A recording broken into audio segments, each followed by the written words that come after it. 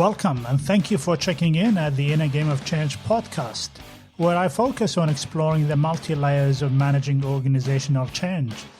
My guests cover a diverse number of critical topics to enable effective and sustainable change in the workplace.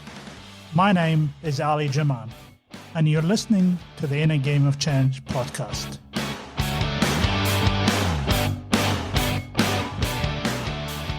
My guest today is Joanne Rinaldi, the Director of Service Delivery at ProSci ANZ. Backed up by extensive change management experience, Joanne is a passionate professional who is focused on uplifting change capabilities for teams and organizations in Australia and New Zealand. I'm grateful to have Joanne sharing her knowledge and insight with me today. So Joanne, thank you so much for joining the Inner Game of Change podcast. I really appreciate your time. Absolute pleasure. Wonderful to be here, Ali. Thank you so much. So Joanne, today we're going to talk about ADKAR, the all-famous ADKAR.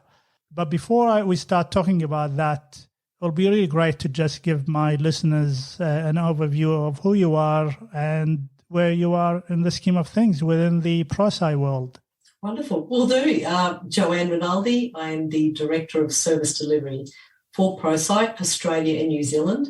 We are a global organisation, but I have the pleasure of leading the amazing consultants and contractors here in Australia and New Zealand. Our head office is based in Colorado, and we're all around the world. Fantastic. And how long have you been with the ProSci for, Joanne? You know, I've been with ProSci just over 6 years, which I have to say it's long-term employment for me. and a fabulous 6 years. So it goes to say a lot about an organisation. Yeah. Oh, fantastic. So I'm talking to the authority and the right person. ADKAR has been in the game of change management for quite a while, a very famous framework. It is within ProSci in general, but I often find that people confuse the two. And so I would like you once and for all to explain to the listeners what is a ProSci and what's ADKAR? What's the relationship between the two? Yeah, wonderful. And it is a question that's often asked. So ProSci is a company founded back in 1994 by former Bell's Lab engineer and program manager Jeffrey Hyatt. The word ProSci is a combination of two words, Ali, and that's professional science. So like all engineers, you break things, put it together, and that's what he did. So two words, and ProSci stands for professional science. Yeah. ProSci is also known for our research and best practices in change management. So every 2 years since 1998, we run a benchmarking study which really gives us some amazing insights and trends in change management. And ProSci's models, like ADKAR, has come from the research that we do. Tools and content for our training programs are all based on this best practices research.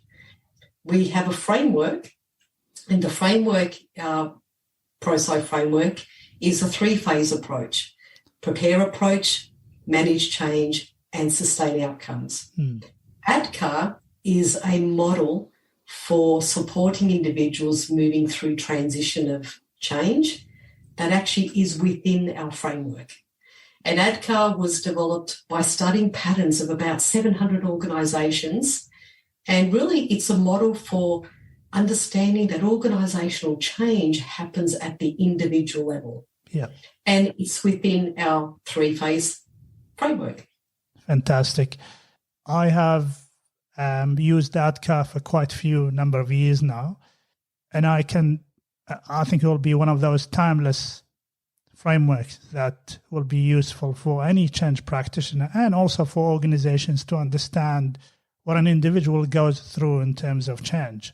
I also believe that ADKAR is what can make or break a change within an organization. So the question to you is that how important is ADKAR in the whole process of change management? Yeah, great question. Like any model, we do change with intention and with focus. And ADKAR is exactly that. So ADKAR, awareness, desire, knowledge, ability, and reinforcement. It's sequential, but not linear. And it helps individuals, it helps leaders, it helps sponsors and executives help coach individuals through the process from awareness right through to reinforcement in supporting and navigating through that change. And I guess what makes ADKAR so popular is, one, it's simplistic by nature. Yeah. I mean, change is already complicated enough. Why complicate it with a model that's complicated? I agree. So, and this is where ADKAR is simplistic, and it's so practical. Once you understand ADKAR, then you can use it straight away in language, in process, and in pulse checks, planning, etc. And I think that's where, with any model, if you position this simplistic enough to use it straight away and to adapt that as part of your language, then it lends itself, I have to say. Fantastic. Joanne, I've been thinking about something recently, which is we work remotely now and we manage change remotely. And what's your insight in terms of using ADKAR in a remote work environment? It's no different, interesting enough, because it's about people. So whether we are remote or whether we're face-to-face, when it comes to change, we still follow awareness, desire, knowledge, ability, and reinforcement. Yep. We just position this from a remote perspective as opposed to face-to-face. A great example where I was with a client just a few weeks ago online, and we were helping planning individuals for hybrid and then return to work. And we were talking through ADKAR. So in order for people to return to work, what is the awareness that we need to engage with our people to help them understand why we need to go back to work? So awareness is the why. Desire, with the conversations there, was, okay, how many want to come back to work? How do we help create desire and the need to want to return and participate in returning to work? Knowledge is the how, and understanding what will it take, the new training, how do we set people up?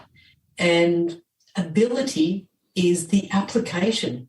We are now doing this. So how do we help enable that return to work, and what will it look like in practice? And then reinforcement is, okay, how do we sustain this? That was it. So just in conversation that I've just shared with you online here today with you is how we did it online via virtual. Of course, the practical part is planning and then sharing and then working with team members. Yep. And that's a great example. I really like it. And that talks about the universality of the framework that you can apply it anywhere. What's your insight on where organizations usually struggle with when it comes to ADKAR? Great. And, we call that, we as in ProSci and change practitioners that are in the field of ProSci certification, is that we identify what's called a barrier point. So say, for example, desire is a common barrier point for individuals because it's that intrinsic, extrinsic motivator. And say, for example, I don't want to go back to face-to-face in the office. So therefore, I would have a barrier point, let's say, identified at desire. So my manager, as an example, would be working closely with me to identify what is my barrier point in desire, why, and how can we work together to overcome that. And that's for any individual. So any area within ADKAR, it's about identifying where that barrier point is. And a barrier point doesn't mean it's a bad thing. For example, I have team members that will be doing some training next week on a particular app that we're rolling out. And the team members' barrier points is at knowledge, which means they need the training. Good thing, I've actually scheduled training for next week, so that will help overcome the barrier point. Yeah. So this is where, if there is a struggle, it's about identifying where is that barrier point and how do we need to address that barrier point to then move to the next stage, like ability as an example. Yeah.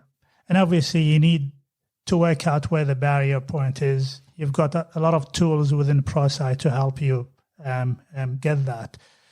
My personal experience has always been around people get confused between knowledge and ability. So we think we're just going to deliver the training and that is it. People will actually get it. Yeah. And so from my observation is that even if the change is good and we created all the awareness, we deliver the training, and then usually they sustain the outcome piece, the reinforcement, is the orphan in the whole process as well, because we are in a hurry to move on to another project.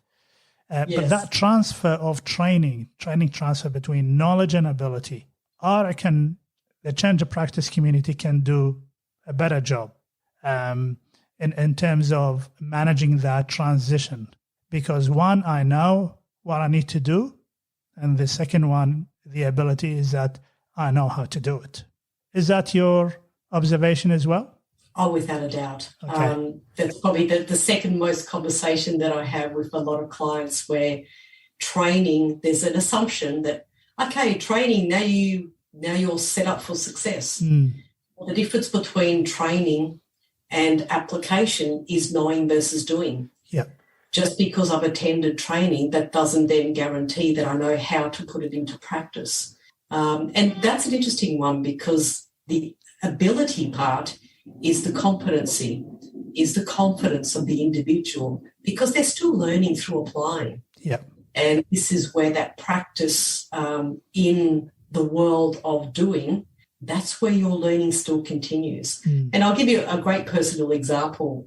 When I went to the United States a few years ago, I went to pick up my rent-a-car to drive to the hotel that I was staying at. And I have to tell you, Ali, I didn't realise until I put my bags in the car that the steering wheel was on the opposite side. And I went into the car and I thought, oh, my God, I need to drive on the opposite side of the road. Now, I know how to drive. I've been driving for a good 20 years. Yes. But I soon quickly realised in that moment I had to drive on the opposite side of the road with the steering wheel on the other side of the car. And this is the difference between I know how to drive, but the ability to be driving on the opposite side of the road is where my barrier point was. Yes. So I had to take a lot of deep breaths and drive really slow until my confidence and my competency, my ability started to gain. Yeah. And like it was in the middle of the night, there wasn't much traffic, so I was pretty safe. But by the time I got to the hotel, I had to wait a while for my heartbeat to just go back to normal. And that's the difference between knowing and doing. Yes. Just because I know doesn't guarantee I can. Great example. I want to ask you about resistance. From your observation and from your experience, where does resistance usually get intensified within the ADKAR journey? Yeah, interesting. Our insights in our best practices research has identified employees' number one resistance, believe it or not, is lack of awareness. Sure. Which is at the very beginning, the why of the change. So that has really amplified and showed us that, wow, even at the very beginning, is having a very clear understanding as to why the change is occurring.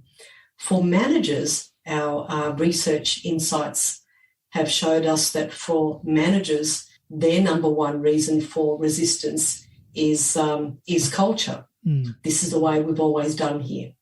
So this is where, again, it gives us an understanding of, okay, what are the common themes? In a lot of the conversations I've been having recently, especially with the hybrid model and working off-site and so forth, more so the resistance has come more so with regards to desire. Yeah. Because now we're getting used to working from home, and there are many benefits of working from home. And I'm finding that a lot of organisations where we're working closely with are incentivising employees to come back to work, even if it is a hybrid model, temporary, with the long-term view of maybe 5 days a week again. That desire seems to have really crept up lately. To come back to the office? Yes. Okay. Yes, yeah. Absolutely. Yeah. Yeah, look, I agree.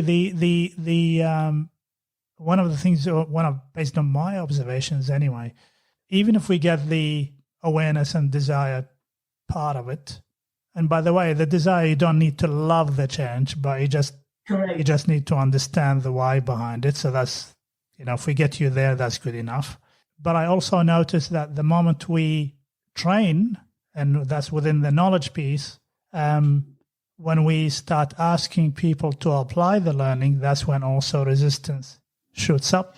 Yeah. And that's when it becomes real. So it's during transition where the reality of change is happening. And our insights show us that as well too. Because when you're talking about the change, but when you're experiencing the change, it's like, oh, wow, I'm not sure if I like this now. Yes, yeah. It's okay when you and I were talking about it, Ali, but now that I'm experiencing this, I'm having second thoughts. And this is why, although it's sequential, ADKAR, it's not linear. And what I mean by that, it's so important to pulse check, because helping create desire is also different to maintaining desire. Yes. And this is why the pulse checks and the conversations and touching in with individuals is so important. Even, say, knowledge. I'll go to a training course and then I leave the training course and the assumption is that I'm now going to be at ability. But I know, like you, we've gone to a few training courses in the past where instead of progressing to ability, we've gone backwards at desire, thinking, oh, my God, I've got so much insight into this training. I'm not sure if I'm ready for ability. So in some cases, you can go backwards. And this is why it's so important to check in with individuals to ensure that they are progressing and not going backwards. Yes. And this is really an interesting point because I also noticed that we get the awareness right, we get the desire right, we get the knowledge right, and people are willing to apply it. However, they put up some resistance because we have oversold the change in the awareness and the desire. So some excited person told us that the new change is going to change our lives. And then when it comes to reality, the application is that it? Yeah, so sometimes we shoot ourselves in the foot by overselling at the awareness and desire stage. And then when it comes to the reality, which is the application of it, we realize that that's not what you sold me. You sold me a Mercedes and now I've got a bicycle.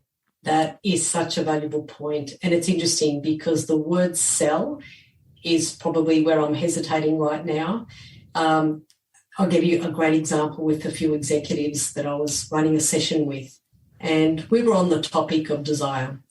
And one of the executives asked me, oh, Joanne, how do we sell this change? And I said, well, that's the problem. Not all change is sellable. And the change that we were talking about at the time was not a selling change. And my reply was, it's about being open and transparent about the change. Yeah. Because not all change is sellable, so to speak, but not all change, there's a personal gain. Sometimes it can be a greater picture, a greater gain for the organisation or the community, depending on what the change is. Sometimes it's just legislation where the law says you have to turn right and not left now. So desire is also about acceptance to participate because it goes back to awareness of understanding. And I think that's a really good point, Ali. If we try and sell change, that at the end of this you are going to reach utopia, there may not be such thing as utopia, and this is where we are setting ourselves up for failure and resistance at the beginning because, like you said, we've oversold or we've promised something that was never going to eventuate. So going back to these executives that I was speaking with is let's be open and transparent. That's how you get trust and that's how you get commitment and desire. Yes, and I suppose this is a responsibility for the change practitioners as well, is to fully understand the change, put it in simple language, and that's where communication happens.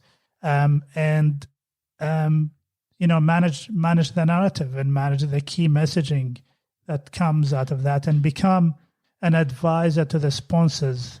And that's where the investment up front needs to happen in terms of managing the change. Talk to me about the reinforcement. What's the insight telling us? Yeah, so the reinforcement, this is really about sustaining change. And there are two aspects of sustaining change, and one is through reward and recognition, encouragement.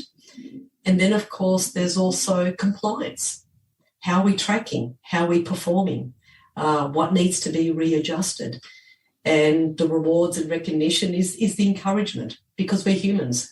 Yes. We like to be validated and supported and encouraged, and also it helps us ensure that, okay, I get this and this is the new world and I'm a part of this new world. And sometimes too, it gives us an opportunity to also look back and say, okay, as we are reinforcing, it gives us an opportunity to identify, okay, what else do we need to do in order to ensure that this is what long-term looks like?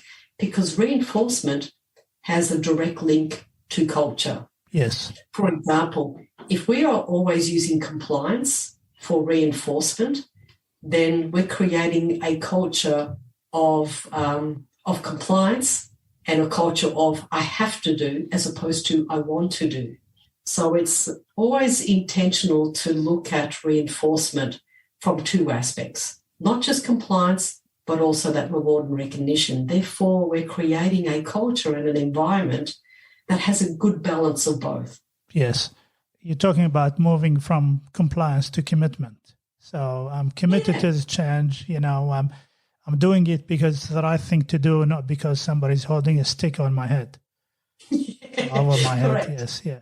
Like what's happening with mandate for vaccination. I wasn't going to go there, but yes. I needed to drop that one in there. I couldn't help myself. And, okay, in your opinion, what else do change managers or practitioners need to do to manage the ADKAR journey more effectively from your observation? Well, I've got 3 tips. The first one is have a strong relationship with sponsorship and managers, because they are the ones that are going to help drive ADKAR in application in the organisations. They have the relationship with the employees, so the manager, direct relationship, because they will understand the intrinsic and extrinsic motivators of the individual. The sponsors, well, they're the big picture. They influence, they lead strategically, and employees want to hear from both. So therefore, it's the practitioners working through managers. The second tip is introduce ADKAR as a language for change. So it's a pulse check, it's a planning tool, it's a guiding tool, and so forth, so that there helps enable change from that perspective. And the third tip is always pulse check. Check to see where people are at, because we're exactly that. We're humans. We can go backwards, we can go forwards, etc. And don't underestimate that everybody will be also at different journeys. Even though the change may be the same, you may have a barrier point at knowledge, Ali. I may have a barrier point at desire. And the only way to know the difference is to check in with us. Yeah, fantastic. Fantastic. You mentioned the role of the sponsor. How important is the sponsor, and where do they sit in the scheme of things within the sequence of ADKAR? Yeah. Should they be all the time? Yeah, good question. 2 aspects of sponsorship. In our best practices research, ProSci, active and visible sponsorship has been rated number 1 for success. Yeah. So when it comes to change success, active and visible sponsorship. And when we talk about active and visible sponsorship from an ADKAR lens, it's the awareness and desire and reinforcement. So they create awareness for the bigger picture of change. Strategic, where are we going? What does big picture look like? And the desire, which is to motivate and inspire individuals. And reinforcement is also to come back and say, this is how we're tracking. This is how we're performing. So their role in awareness, desire and reinforcement is the parts with regards to ADKAR. The middle managers is right through ADKAR, awareness right through to reinforcement. Yes. I actually get my sponsors even to open up big training sessions and workshops as well. And And the reason is that you can never have enough of them. And the majority of sponsors are happy to open up training, especially when it comes to, critical changes. And as a change practitioner, I advise them that you've been leading the same messaging, let's just reinforce it within even the training piece as well. Yes. But I also, Joanne, over the years, I've added a third word, which, so obviously I'm qualified and I'm licensed to use ProSci. I actually finished my, and that was, by the way, that was the best investment I've ever made. In 2014, I think, I've added a third word, so active and visible, and I added a third word, which is an advocate. Because you can show up, but you need to show me you are advocating it in different forums as well. So you can show up, you can be active, you can be visible, but you need to show me some passion behind it as well. You're actually a believer in the change, and not just because Ali's actually giving you some talking points and you need to talk about it as well. I know you've got your framework and I know you talk about active and visible, but I basically bastardize it and I added another word to it, which is really important, is that you're going to have to advocate for the change, not only within the context of the change journey, but even outside as well. Exactly. And I couldn't agree more, Ali, because it's about being genuine. So being active and visible is not a guest appearance on a show. It's because you care and you're connecting with your audience and you're being compassionate and genuine in that practice. And I couldn't agree more. Turning up to open because I have to and I'm looking at my watch or my phone or etc., that to me is not showing that they're genuine. So you either do it or you don't, because if you do it and you're not genuine, then that's probably a more negative effect than not showing up at all. Absolutely. And that's the authenticity piece in the whole of the leadership and the sponsorship. Is there a difference, or from where you sit, do you notice a difference in the way starting change practitioners apply ADKAR to the way the experienced practitioners do that? Or does that matter at all? Yeah, good question.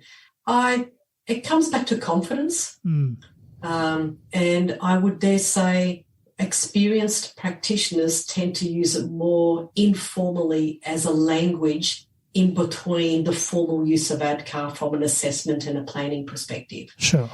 Where a practitioner who is new, I guess they still have their hands on the steering wheel, so to speak, while they're getting familiar with it. And the more experienced, I can have a conversation with my team members, and just based on the conversation on a change that we're going through, I can pick up where the barrier point is. I don't have to sit down and formally run an assessment, so to speak, with them. Yeah. Simply because I've practiced this enough.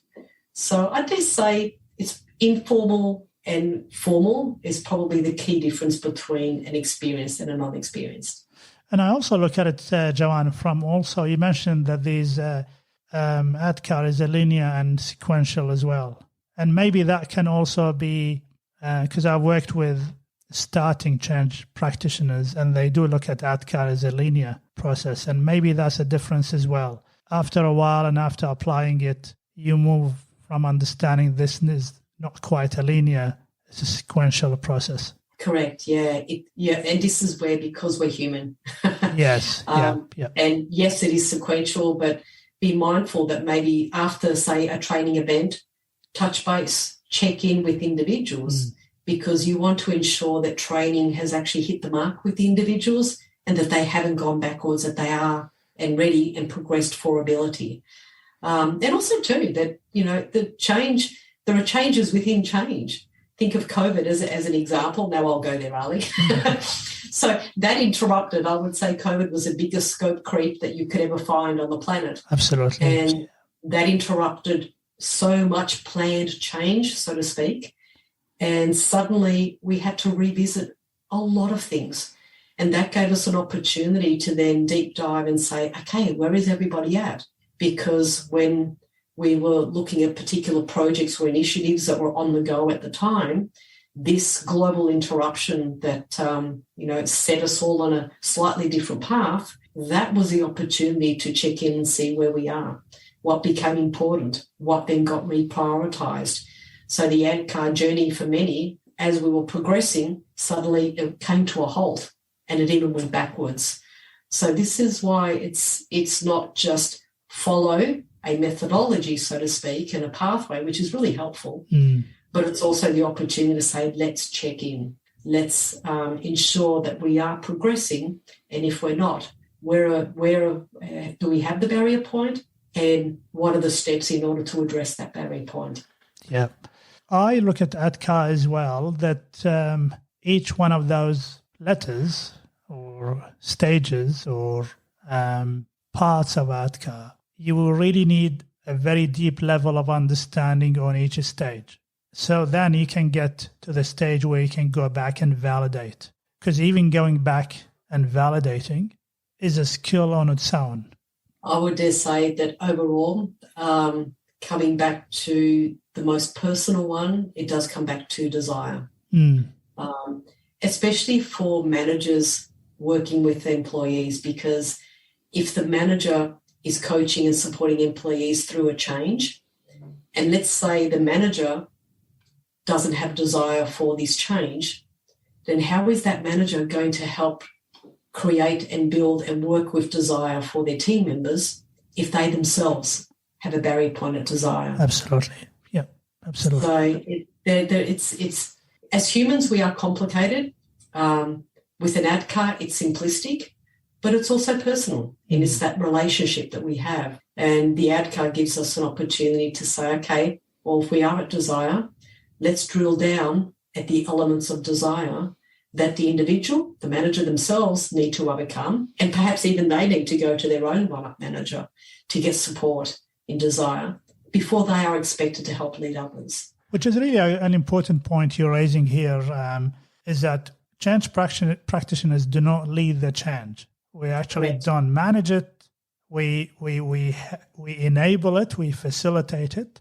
But we need to get the leaders and the team leaders and the managers, ready to manage that change for their teams. And so when you talk about the awareness and desire, there are two groups that we need to look at, is the managers and their teams as well.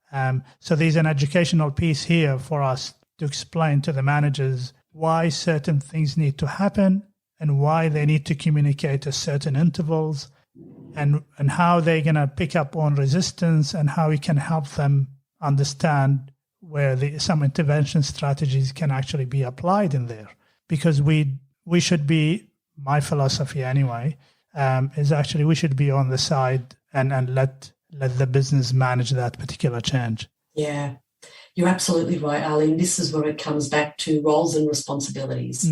So the practitioner, as you said, enables. So the practitioner enables change through a structured approach, set of tools, etc., to help enable the change. Yep. But who actually is the front-facing role is, of course, our people leaders, managers and sponsors. They actually do much of the doing. Why?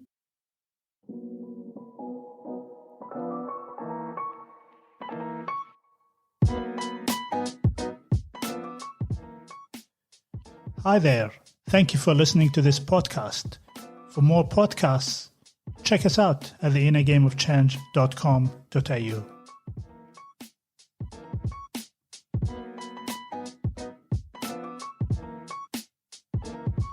Because employees want to hear from them. Of course. And we are behind the scenes. If I think of the curtain, the metaphor, the analogy here is we enable change because we are behind the scenes of a play. But the stars of the show on the platform are, of course, going to be our managers and leaders. So in order to enable them is to help them with a structured approach like ADKAR. Is that language and consistency for change. And I think from my observation is that, and I think I read one of your reports, is that team members would like to hear directly from their direct manager when it comes to changes that impacts their workstations, work processes, and all of that. They want to hear about the why and the vision from the sponsors and the leaders. Is that still the case? Without a doubt, yes. Yes. And that comes back to that relationship and role and responsibility. Because if anyone is going to know better my motivators, it would be my one-up manager, because I have that relationship with. And also operationally, they're going to know my performance in my job better than anyone else because he's my leader, my manager. Yeah. And, of course, the executive, bigger picture again. So their role is to ensure that we are travelling strategically. Where's our vision? Where are we heading towards, etc. And that's what employees have said that they want to hear. I have the relationship with my one-up manager. They know operationally what I do, but they also know me as an individual to say, okay, Joanne's not on board. Let's work with Joanne. We'll have a conversation. If I'm having a conversation with my CEO, there's something wrong. Yeah, of course. Yes. Unless, of course, the CEO is wanting to hear from their people. ProSci issues, is it still yearly or a couple of years insight summary? Oh, we do it every 2 years. Every 2 years. So, so every 2 years we roll out the survey. And number 11 we're at now. So and so, Joanne, what do people, first of all, how important is that piece of research is, and what do people expect to see in it, and how they can use it? Yeah, great question. I even recall before working for ProSci, it's about data, trends, and it gives me insights and others with regards to what's working, what's not. Am I above trend or below trend? It also helps me plan because, for example, if I know that most individuals get resistance during implementation, well, I haven't done an impact assessment yet, but at least I understand that I need to anticipate that this will be a potential for resistance. So for practitioners, one, it gives great insights and expectations. For organisations, is the opportunity to say, wow, are we below trend? Are we above trend? What does that mean from a change maturity perspective? Great. And it also gives you an opportunity to anticipate and apply some focus areas. And overall, it's best practices gives a practitioner an opportunity to say, well, what does best practice look like? And what can I take from best practice and introduce right practice in my organisation? Yeah, it's a very detailed report because it goes by industries and trends and actually applicable to Australia as well. So highly recommend that people actually get it. And if you are interested to enhance your practice and be far more valuable to the organisation you work with. I also understand that ProSci has got a book on ADKAR. Sure do. So we have a book on ADKAR which goes through awareness right through to reinforcement with some great examples and case studies of each of the elements of ADKAR. And it's such a nice, easy read. And when we roll out our certification program, like you had attended a while back, Ali, that was one of the resources that we parted and we gave to our... I still have it. You still have it? and again, it's such a great, easy read, and it introduces ADKAR. And I have to say, it's the feedback that we get with the book. And even too, when I did my certification back in 2010, I had my 2010 book, and it was just a light bulb moment for me. And I thought, wow, I missed that thing called desire. I don't know if you can see it, but I still have this. Can you see this? Look, yes. Pencil holder, and it says managing change checklist, and it's an ADKAR. So there we go. Yeah, I still have it. And look, it's been fantastic talking to you, Joanne, about this really important topic in today's world and also within the world of change management. At some stage, I'd like to get you back and talk more about ProSci in general as a methodology. And but before I let you go, what's your key advice to the change practitioners? My key advice is stay connected with other change practitioners. And if you are ProSci certified, you're part of a community of practice. You're not on your own. So there are a lot of change practitioners that feel like they're the only one leading a project, enabling change, etc. But you may be one person in an organisation. If that's the case, just remember there's a great community out there. Reach out. Great. Network support is really important, and keeping the connection alive. How would people reach you, Joanne?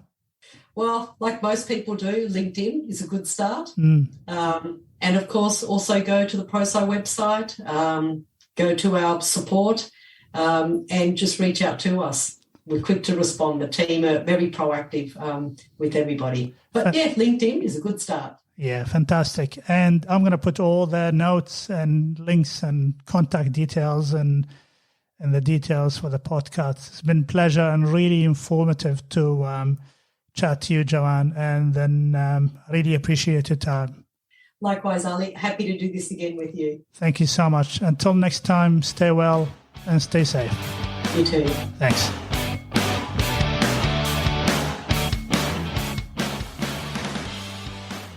Hi, everyone. I hope you enjoyed listening to this episode of the Inner Game of Change podcast.